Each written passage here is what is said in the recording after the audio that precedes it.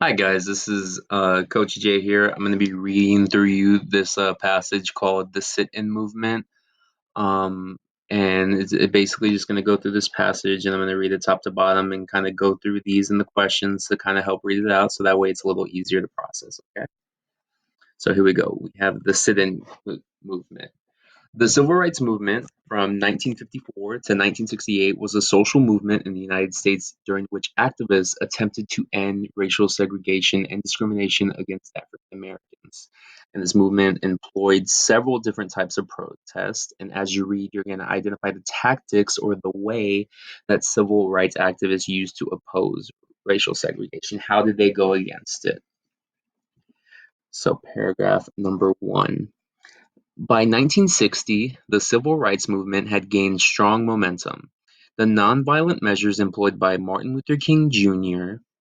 Now we have that one. So if we go down here, Martin Luther King Jr., 1929-1968, was an American Baptist minister and the leader of the African American civil rights movement. So he helped African American activists win supporters across the country and throughout the world. So obviously you can see by that he had a very big influence. So on February 1st, 1960, the peaceful activists introduced a new tactic, so that's what we said earlier, into their set of strategies. 4 African American college students walked up to a whites-only lunch center. Whites only, meaning no African Americans or anyone who was not of Caucasian could go in.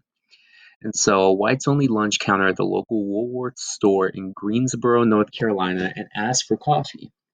Now, when service was refused, the students sat patiently.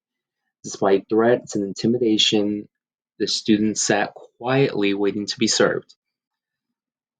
So after reading through that, you can see that obviously they were refused and they were not going to get service, but they still sat expecting to be treated as if they were going to get service. Now through that, the civil rights sit-in was born. No one participated in a sit-in of this sort without seriousness of purpose. Meaning if they didn't have a good reason, they weren't going to be doing this, but they did. The instructions were simple: sit quietly and wait to be served. Often the participants would be jeered and threatened by local customers. Now, jeered is another way of saying kind of ridiculed or insulted or or angry. Sometimes they would be pelted with food or ketchup. Protesters did not respond when provoked by angry onlookers. In the event of a physical attack, the student would curl up into a ball on the floor and take the punishment. So they didn't fight back. They didn't retaliate. They didn't even so much as defend themselves other than curl up. So that way it cannot be said that they were provoked. They were just purely assaulted.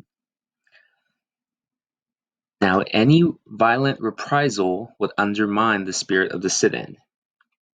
When local police came to arrest the demonstrators, another line of students would take the vacated seats. Now let's look at that for a second. When they said any violent reprisal would undermine the spirit of the sit-in, that basically means that if they were to show violence, it would negate or go against the purpose of the sit-in. The sit-in was to be peaceful and just they weren't going to cause any trouble. They just wanted to be serviced. Now, the fact that they're not causing any trouble and the fact that whites and Caucasians are bringing the trouble onto them, that shows the problem, that the problem is not them, it's the other people and that the rules themselves.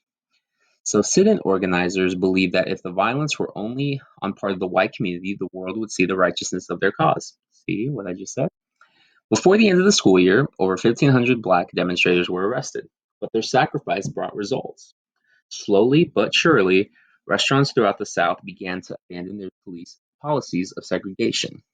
Segregation, like we said, the enforced separation of different racial groups.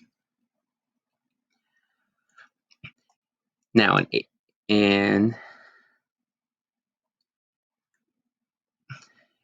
in 30 seconds, it is going to stop. This is going to be part 1 of this video, and then we're going to start with part 2 with the second page in just a second.